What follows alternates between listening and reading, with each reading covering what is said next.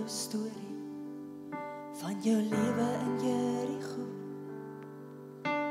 Verwerping, pyn, misbruik en seer, 'n donker huis met vensters toe. Rahab vertel jou storie, hoe jy spioene genade bewys. En hoe die rooi karmosyn tou jou redding bewerk vir jou en jou huis. Ek hoor jou stem, echo in die wind. Ek het van God gehoor, dit my hart laat krimp. Daarom sweer nou asseblief vir my by die Here om genade te kry. Ek verdien net niks as uitgewerp, 'n buitestander sonder God en kerk. Maar diep in my hart, dit weet ek, by hierdie redder het ek 'n plek. Daar hang 'n rooi tou van genade vanuit die venster van die kruis. 'n Rooi tou van genade vir die redding van elke huis.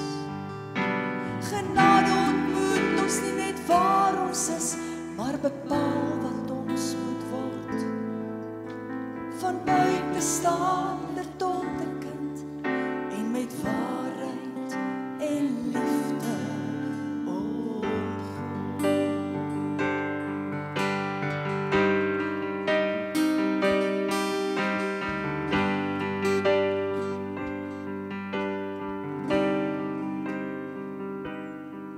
Gryp die rooi tou van genade, Jesus vleg dit met sy bloed.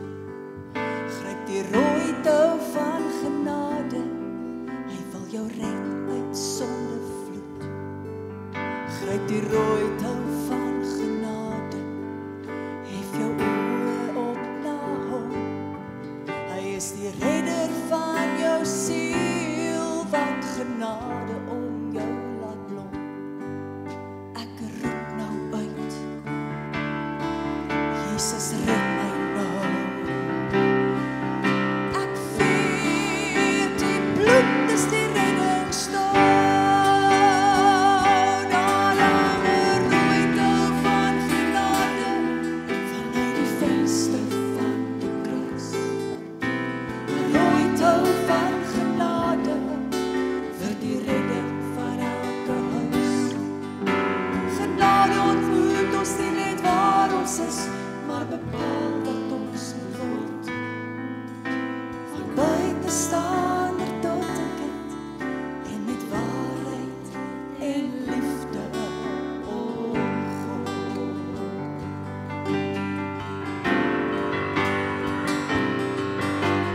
Dankie my redder vir die kosbare bloed. Dankie my redder, die genade is vir my genoeg. Dankie my redder, dat u my aanneem as 'n kind, dat u my met u redding stou. Aan u vasbind.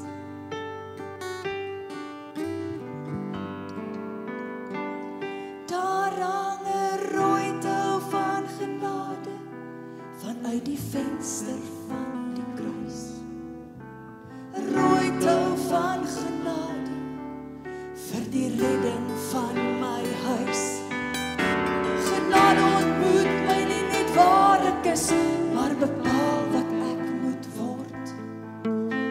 Van buitestander tot 'n kind, en met waarheid en liefde omgaan.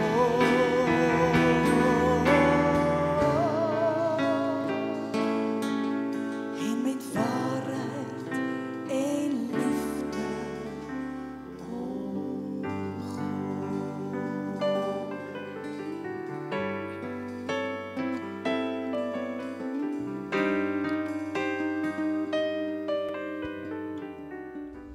So ons het vandag weer die voorreg om verder te reis in ons 40 dae na die Paasfees.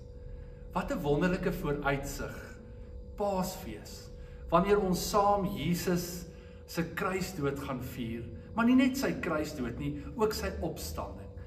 Ons noem dit Lent, lydingstyd. En ons is nou al amper so halfpad in die middel daarmee, en hierdie jaar reis ons saam met Rahab. En die tema, die rooi tou. Dis vandag die derde deel in hierdie preekreeks oor die rooi tou. Maar Rahab se verhaal is nie net haar storie nie. Dis nie net die verhaal oor Jerigo se mure nie. Geliefdes, Rahab se verhaal is eintlik jou verhaal. Dis my verhaal. Dis elkeen van ons se verhaal. So graag wil ek vandag met jou deel 3 doen en ons gaan vandag praat oor geloof in aksie. Faith in action. En as jy saam met ons in die boekie Journey sal jy weet, ons is nou by week 3 en die opskrif daar is verlossing deur die bloed. En ja, dis ons mikpunt, dis die eindpunt van ons reis. Maar vandag reis ons weer saam met Rahab. Rahab is 'n vrou met 'n reputasie. Sy dra etiket. Sy's 'n randfiguur. Sy het 'n reputasie wat nie mense eintlik graag wil hê nie. Josua 2 sê, Rahab het op 'n baie unieke plek gebly. Josua 2 sê, haar huis was in die stadsmuur ingebou. Nou ja, uit die aard van die saak is Jerigo, die storie gaan eintlik oor sy mure, daai groot sterk mure wat in mekaar gestort is. Maar luister weer wat sê Josua, haar huis was in die stadsmuur, sodat sy aan die muur gewoon het. Dis amper so 'n metafoor van haar lewe. Sy was nie binne nie, maar sy was ook nie buite nie. Sy was nie welkom nie, maar sy was ook nie onwelkom nie. Sy was deel, maar sy was ook nie deel nie. Almal wou haar ken, maar niemand wou haar eintlik regtig met haar veel te doen gehad het nie. Dis nogal 'n vreemde lewe. So 'n binne, so buite, so 'n aanvaarding, maar ook 'n verwerp. Verlede week het ons gekyk na Paulus se woorde wanneer hy met die Korintiërs praat, en dan praat hy oor wie hulle was voordat Christus hulle pad langs gekom het. En Paulus sê in 1 Korintiërs 1 vers 26 tot 31 daar in die message, hy sê, take a good look, friends. En dalk het jy nog ergens in daai speeltjie wat ek vir jou laasweek gegee het, en daar het ek vir jou gevra, kom ons kyk in hierdie spieël. Maar kom ons kyk verby die voorgee, kom ons kyk verby die maskers, kom ons kyk bietjie dieper as net dit wat die spieël weerspieël. En dis hier waar Paulus met die Korintiërs praat, en hy sê, take a good look, friends. En dan sê hy sê, ons was nie, toe Jesus ons gekry het, eintlik baie grand nie. Ons was nie baie, hoe sal hy sê, influential, praat die message vertaling nie. Hy sê, we were not from high society families.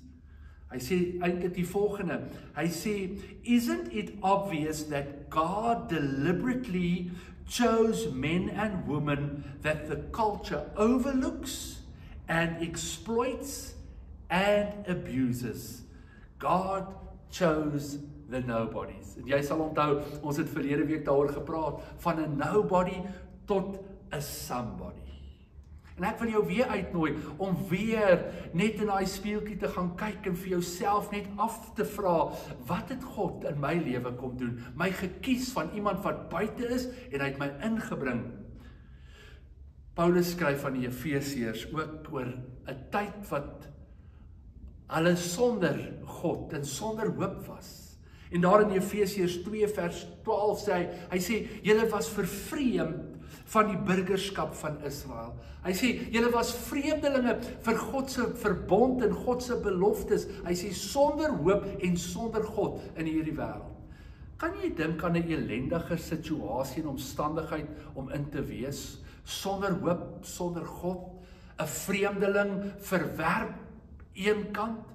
Wel, dis wie Rahab was. Dis eintlik wie ek en jy ook was, voordat ons by Jesus Christus uitgekom het. As ons teruggaan na daai mure van Rahab en haar huis en ons weet, daar was 'n venster, want dit is tog aan daai venster wat sy die rooi tou gehang het. Maar ek het al gewonder oor daai venster en oor Rahab. Ek wonder of Rahab nie dikwels by daai venster uitgekyk het oor die vlaktes en vir haarself afgevra het, is daar nie meer nie? Is daar nie meer aan my lewe nie? Is daar nie meer aan die lewe as dit, hierdie verwerping, hierdie een kant skuif, almal wil my hê, maar niemand wil my eintlik hê nie. Paulus skryf verder aan die Efesiërs daar in vers 13, hy sê, ons was almal ver, hy sê, ons was vroeër ver, maar ons het naby gekom, en nou in Christus, en deur sy bloed, het ons baie naby gekom. Kom ek lees die vers vir jou. Hy sê, maar nou in Christus Jesus het julle wat vroeër ver was, naby gekom. Die Passion Translation sê dit so mooi. Hy sê, you were once distant and far away from God. Now you have been brought delightfully close to Him through the sacred blood of Jesus. Delightfully close. Die message sê, hy sê, it was only yesterday that you were outsiders to God. Hy sê, you were outsiders to God's ways, you had no idea. Hy sê, you didn't know the first thing about how God works. You hadn't the faintest idea of Christ. You knew nothing of the rich history of God's covenants and promises to Israel. You hadn't a clue about what God was doing in the world at large. Jo, kyk bietjie. No idea. You didn't know the first thing. You hadn't the faintest idea. You didn't have a clue. I say, now because of Christ, dying that death, shedding His blood, you who were once out of it, altogether are in on everything. Die een wat buite was, is nou binne. Die een wat ver is nou buite. Die een wat aan die buitekant is nou aan die binnekant. Kan jy vanmôre iets ervaar van God se reddende genade, daardie rooi tou van genade wat ons nader en nader aan hom trek? Dis so amazing. En daarom is die verhaal van Rahab nie net haar verhaal nie. Dis ook jou en my verhaal. Dis wie ons was voor ons by Christus uitgekom het, ver, eenkant, verwerp, vreemdelinge. Ons het nie 'n klou gehad nie, maar God bring ons in deur die bloed van Jesus Christus. Rahab sê vir die verspieders in haar huis, in Josua 2 vers 9 en 11 praat daaroor, en sy sê, ek weet dat die Here die land aan julle gegee het. Sy praat hier oor die oorwinning wat Israel sal hê oor Jerigo. Sy sê, en die skrik vir julle het op ons geval. En ons as inwoners van die land het begin bewe, dan sê sy in vers 10, want ons het gehoor dat die Here die water van die Skelfsee voor julle by julle uittog uit Egipte laat opdroog het. Ons het gehoor van die oorwinnings oor die konings. Ons het al hierdie goed gehoor, en dan vers 11 sê sy, toe ons dit hoor, het ons hart gesmeld, sodat daar by niemand enige moed meer oorgebly het teenoor julle nie. Want die Here julle God, hy is God in die hemel daarbo en op die aarde hieronder. Om eintlik te verstaan wat Rahab hier sê, moet ons eintlik by vers 11 begin en terugwerk. Sy sê, ons het gehoor. Toe ons gehoor het, wat het hulle gehoor? Hulle het gehoor van God se grootheid. Hulle het gehoor van God se almagtige krag, hoe dat God die waters van die Jordaan laat opdroog het, van die Rooi See. Hulle deurgetrek die volk van God op droë grond. Daar was 'n oorwinning oor die magtige magte van Egipte.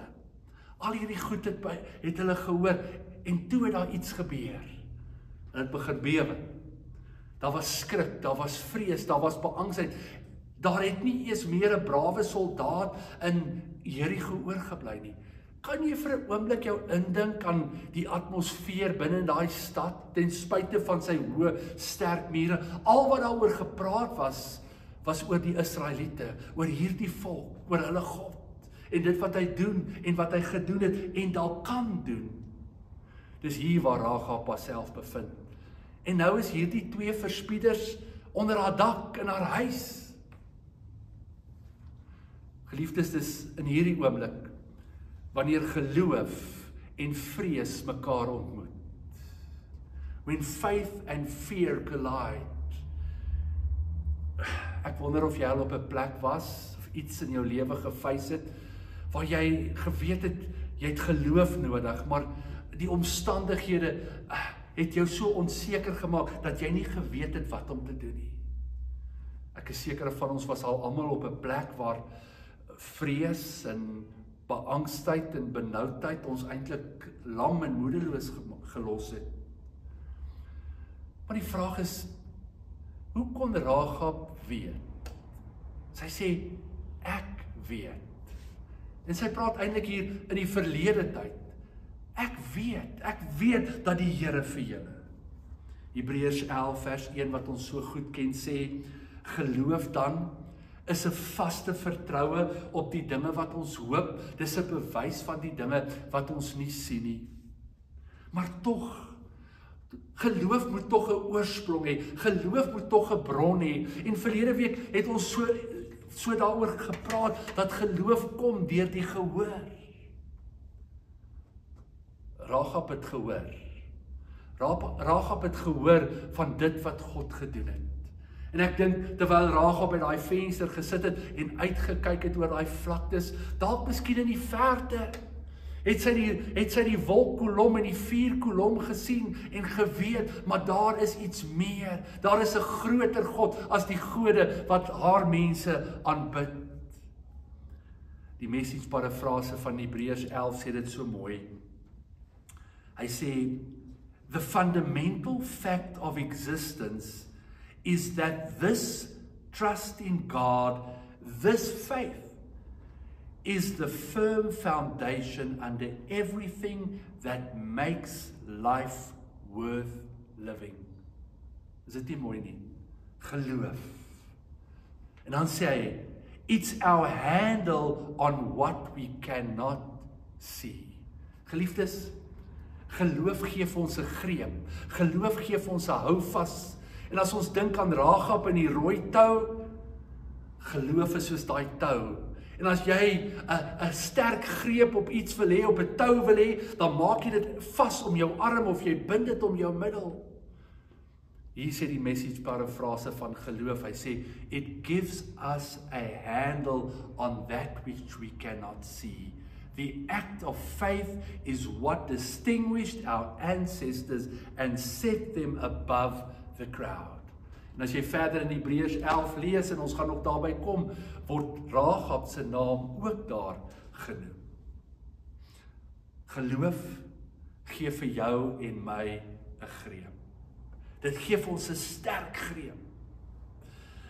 Rahab word in 'n oomblik gedwing om te kies. Te kies tussen die veiligheid van die bekende of die onsekerheid van 'n God wat sy nog nie gesien het nie, maar nog net van gehoor het. In Joshua 2 is haar verklaring, ek weet. Iets het in haar binneste gebeur. Geloof het in haar binneste opgekom, en ek dink nie sy het geweet, dis geloof nie. Maar die oomblik toe die tweede verspieders in haar huis is en sy 'n keuse maak, toe kies sy. Sy kies toe die onsekerheid van hierdie God.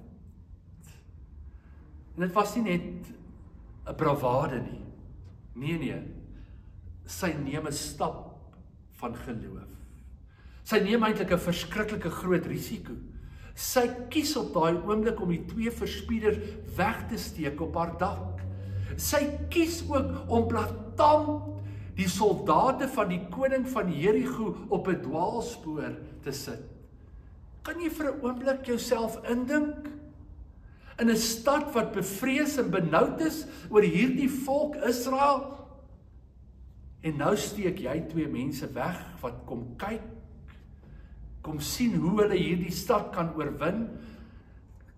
Ek is seker daarvan, Rahab het seker ook aan die konsekwensies gedink. Dis hoogverraad. In 'n land en 'n volk wat sy kinders offer, wat sal hulle doen met iemand wat uitgevang word? Wat sal hulle doen met 'n persoon soos Rahab, iemand met 'n reputasie? Hulle sal haar nie goed behandel nie. Maar sy kies om aan hierdie God gehoorsaam te wees. Iemand het eendag gesê, courage is not the absence of fear, but the decision to trust God in the face of uncertainty. Kan ek dit herhaal? Courage is not the absence of fear, but the decision to trust God in the face of uncertainty. En dis geloof. Dis geloof. Faith is acting on God's truth, even when the path is unclear. Geliefdes, Rahab het nie die pad vorentoe geken nie. Sy het nie geweet nie. Sy het nie geweet wat die uiteinde van dit is wat sy kies nie. Paulus sê in 2 Korintiërs 5 vers 7, hy sê, want ons wandel deur die geloof en nie deur die aanskouing nie. En daarom praat ons oor geloof as 'n geloofstap, 'n leap of faith. Geloofsprong. Met ander woorde, dis 'n pad van onsekerheid. Ons kan nie altyd die eindresultaat sien nie. The path is unclear. En dit is maklik om God te vertrou wanneer dit 'n maklike uitkoms is. Wanneer jy nie 'n groot prys daarvoor hoef te betaal nie. Dan is dit maklik. Maar as die prys en die risiko groot is en jy moet eintlik alles los, wanneer jy nie die einde kan sien nie, when the path is unclear, om dan te kan kies. Rahab het nie geweet wat die uiteinde gaan wees nie. Maar tog, soos Hebreërs 11 vers 6 verder sê, sonder geloof is dit onmoontlik om God te behaag. En die ding wat ons vanmôre kan vra is, maar hoekom maak God dit so moeilik? Hoekom kan ons nie sien en geloof hê nie? Hoekom is geloof om te glo in die onmoontlike, die onsienlike? Hoekom is dit so moeilik? Hoekom maak God dit vir ons so moeilik? Maar eintlik kom Rahab en sy herinner ons dat geloof ons lei na redding en transformasie. En dat die uitkoms daarvan groter is as wat ek en jy kan insien. Ons dink aan die ewigheid, ons dink aan die hemel, maar dit is groter as wat ek en jy kan sien of ons self kan indink. Maar dit verg geloof. Dit verg geloof om te glo in God. Geliefdes, Rahab leer ons om vas te hou. Ek en jy het nodig om vas te hou. Vas te hou aan die verlossingswerk wat God deur Jesus Christus vir ons kom doen het.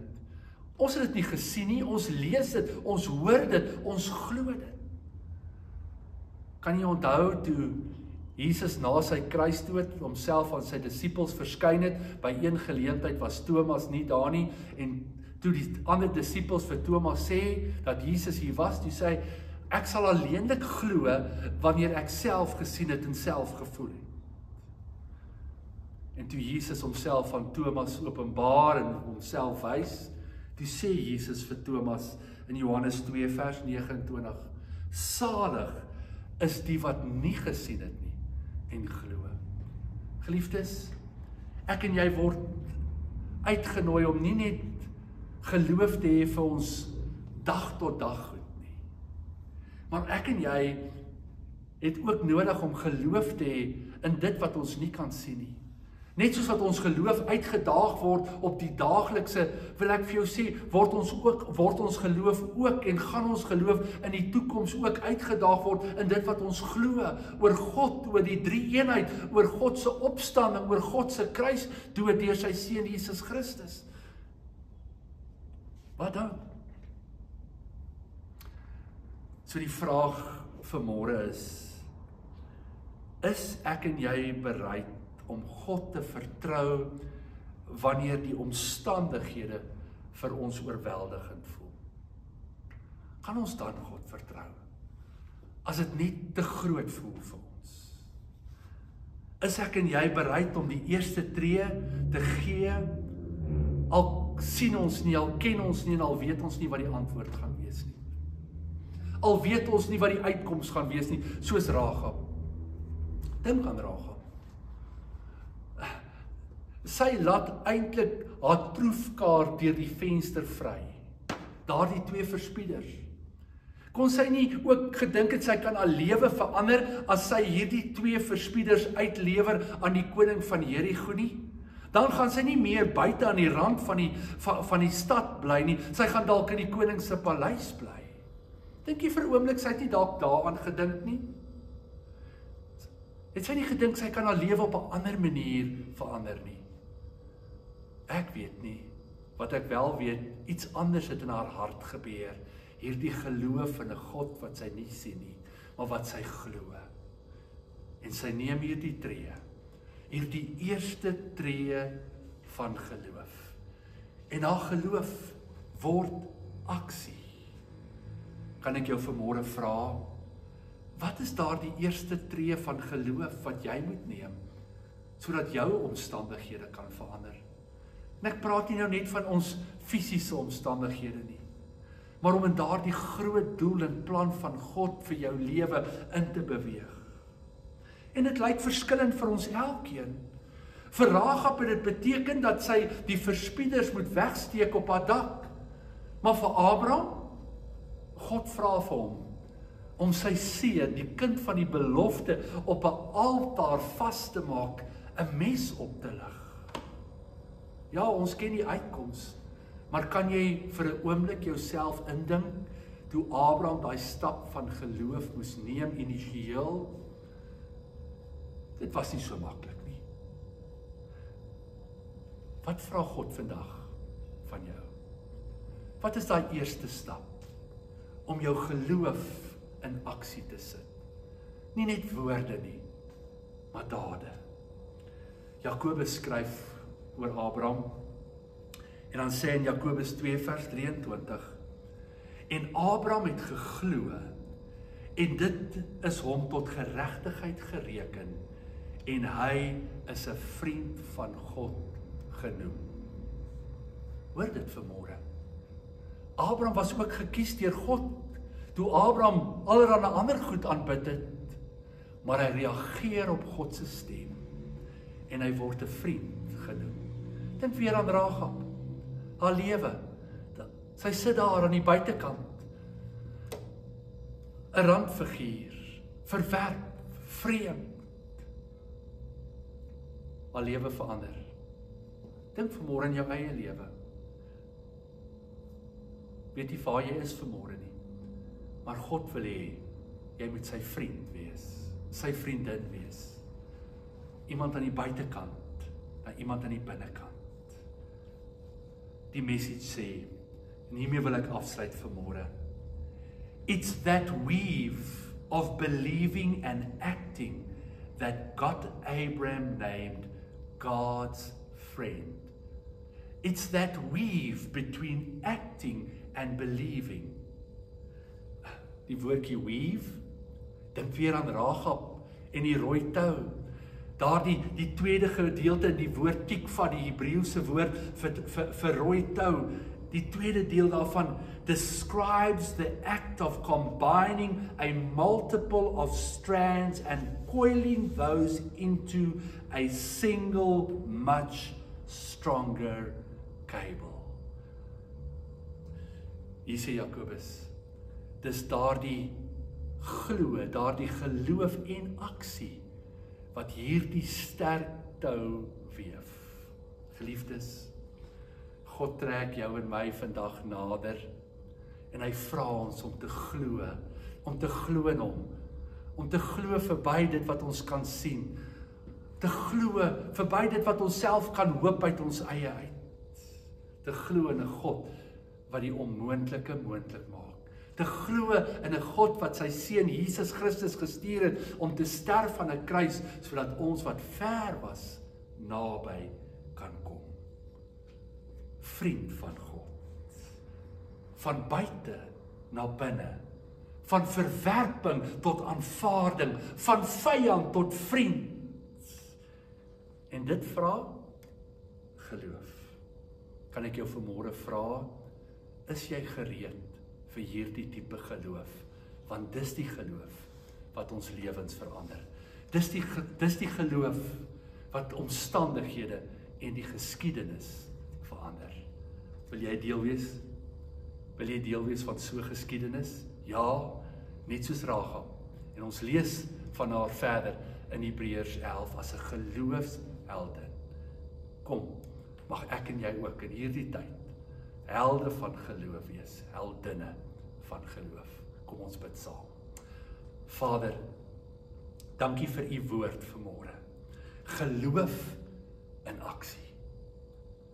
Rahab se verhaal is ons verhaal. Here, u praat deur Rahab met ons. U roep ons op tot geloof, geloof in aksie. Here, dat ons u sal glo en u sal vertrou. Here, met ons lewensverhale. Here, u kyk nie na waar ons was nie. U kyk ook nie eens nou na waar ons is nie. Here, u sien waar u ons wil hê. En dankie vanmôre vir die tou van genade. En Here, soos wat Jakobus in die message dit sê, there's this weave between believing and acting. Here, vanmôre vra u van ons om op te tree, om te doen, nie net om te glo nie. Heilige Gees, sal u die naprediker wees van hierdie woord. Here, sal ons weer in daai spieël kyk. Here, verby dit wat ons nou sien, mag ons sien wat u sien, die potensiaal, die hoopvolle toekoms, die oorwinning. Dankie dat u genade, u goedheid en u guns ons deel wees. Mag dit ook ons harte warm maak. Here, mag dit ons sterk maak, terwyl ons verder reis. Here, tot ons daar by Paasfees kom, wanneer ons saam sal celebrate, Here, dit wat u kom doen het aan die kruis, maar ook, nie net by die kruis opgehou nie, deur die opstanding en die feit dat u vir ewig leef en langs die Vader sit en vir ons intree. Word u verheerlik, is my gebed in Jesus naam. Amen en amen. So onthou geliefdes, volgende week is ons weer terug by die kerk en gaan ek met jou praat volgende week as die Here wil oor die rooi tou van verlossing. Shalom.